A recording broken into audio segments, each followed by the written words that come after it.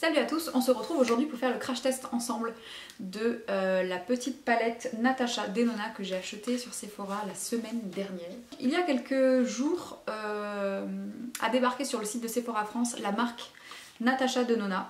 C'est une marque américaine, je crois. Natasha Denona, c'est une make-up artiste qui est apparemment très connue aux États-Unis. Ici, il faut bien se l'avouer, je crois qu'il n'y a pas grand monde qui sait qui c'est.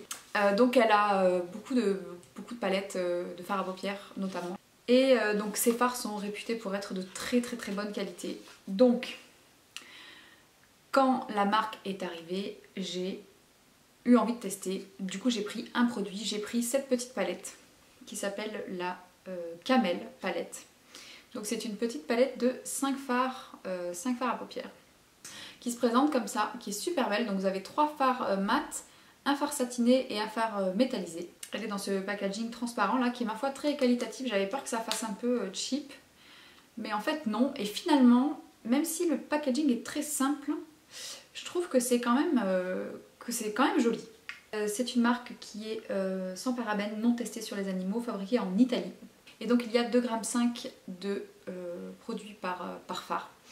Donc ce sont des petites palettes, celles-là les petites coûtent 42 €, vous avez les moins 25% passent, enfin en tout cas moi quand je l'ai acheté ça passait, ou moins 20% peut-être, je sais plus ce que j'ai eu, ce qui fait qu'elle m'est revenue à 31 € et des brouettes.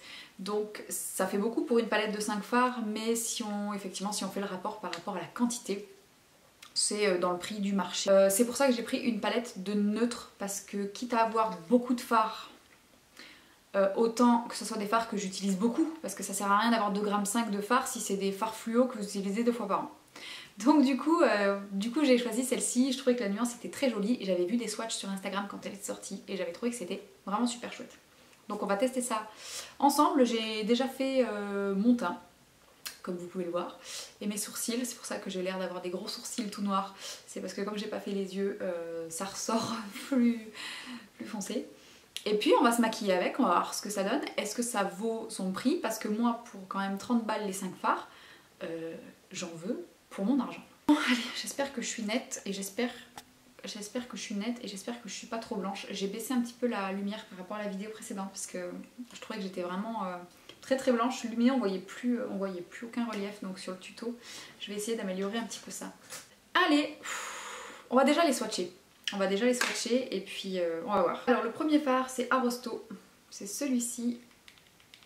Je regarde la texture. C'est assez soyeux. C'est un peu poudreux mais ma foi, attention.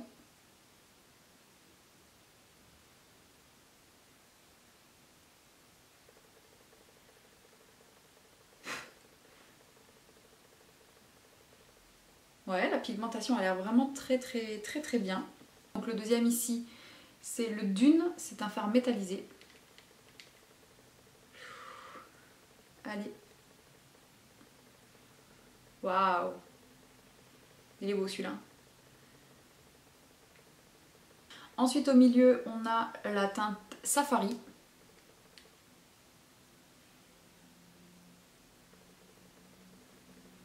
Qui est le plus clair des fards mat. La plus claire qui est la Cooperstone.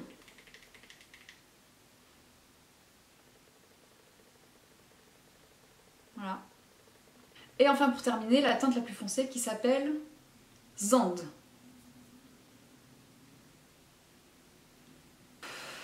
C'est un petit peu poudreux. Voilà ce que donne la palette au swatch. C'est pas mal.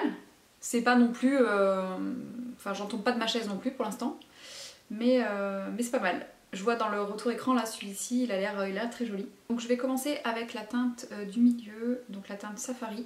Et j'y vais avec le Base Shadow Brush de chez Real Techniques. Donc je vais tremper un tout petit peu mon pinceau dedans. On va tapoter. Et on y va. Donc j'ai mis une base et j'ai poudré ma base.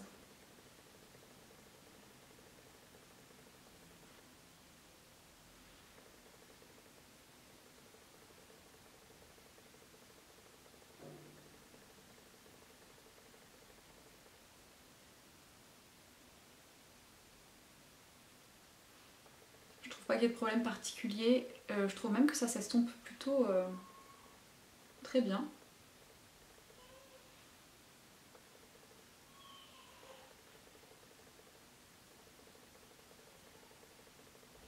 Pas de problème pour le moment.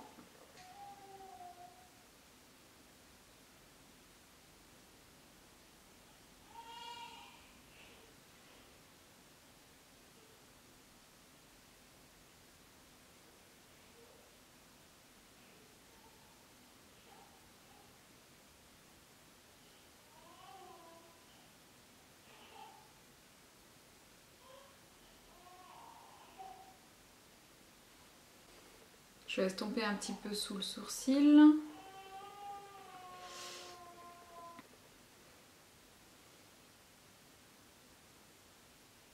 Ensuite, je vais prendre un pinceau un petit peu plus petit.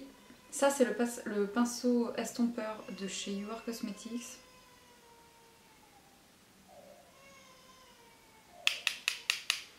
Et on va intensifier le creux.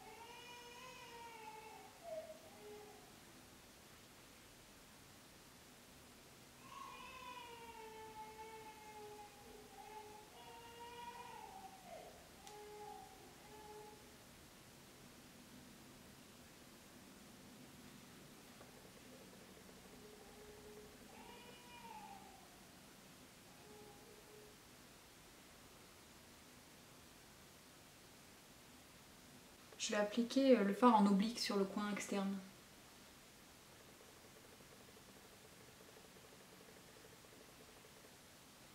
Pour faire comme un V. Et avec mon premier pinceau, je vais le dégrader.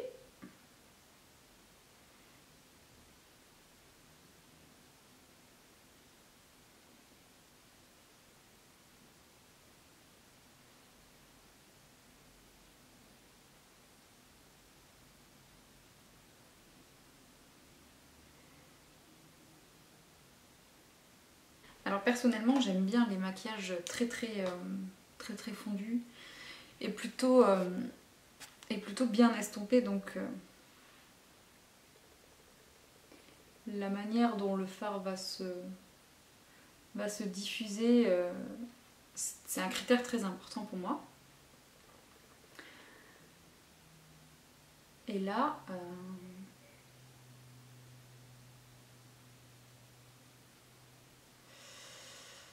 je sais pas.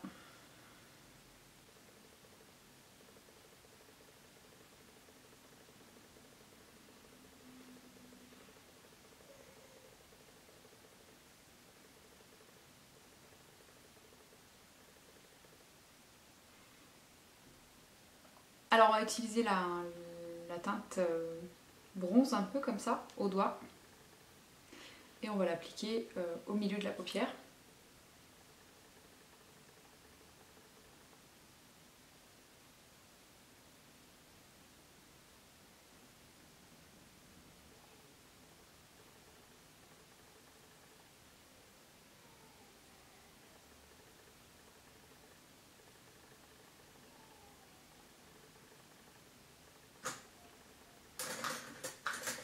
Je vais faire un test en humidifiant un peu mon pinceau sur un pinceau plat. C'est un pinceau anti-cerne de chez Sephora. Et je vais mettre du Fix Plus.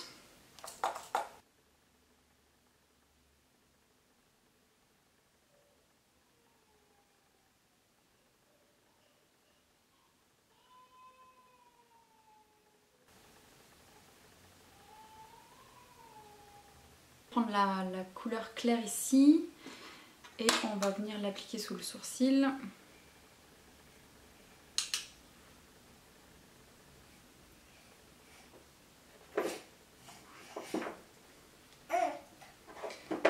Et un petit peu en coin interne.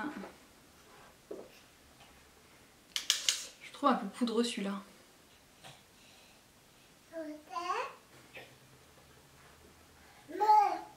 D'intensifier le coin interne, mais je trouve pas ça... Effectivement, c'est vrai que les fards mat, c'est vrai que les fards s'estompent extrêmement bien.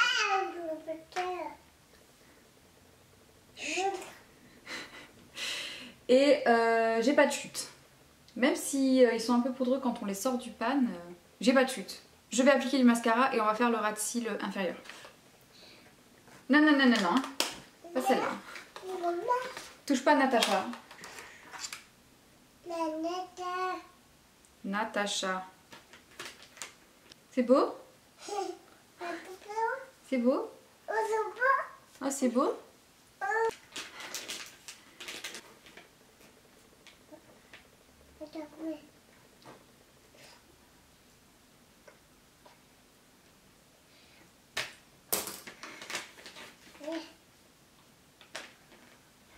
Alors voilà, j'ai mis le dernier fard, celui qu'on n'avait pas utilisé au-dessus, je l'ai mis en dessous de mes cils.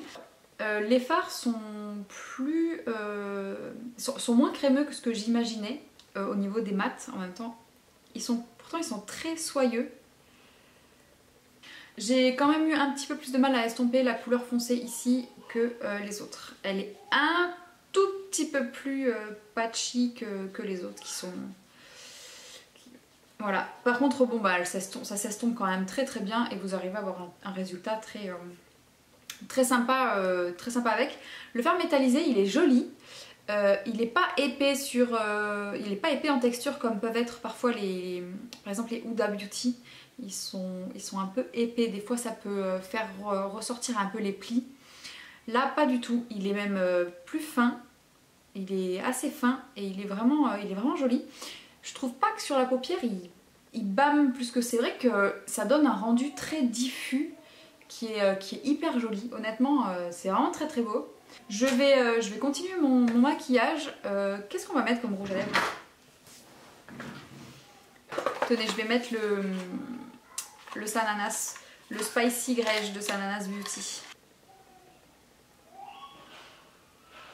Si jamais les rouges à lèvres de Sana vous intéressent, traînez pas trop parce que c'est une collection éphémère, hein, donc quand il n'y en aura plus, ça sera finito.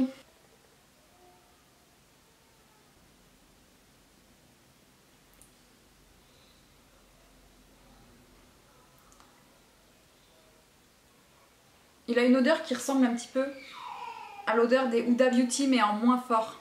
Et on va peut-être se trouver un petit blush histoire de se donner un peu une mine convenable. Je vais mettre celui-là. C'est un Kiko. Mat. J'aime bien parce qu'il est ni trop foncé, ni trop clair, ni trop rose, ni trop orangé.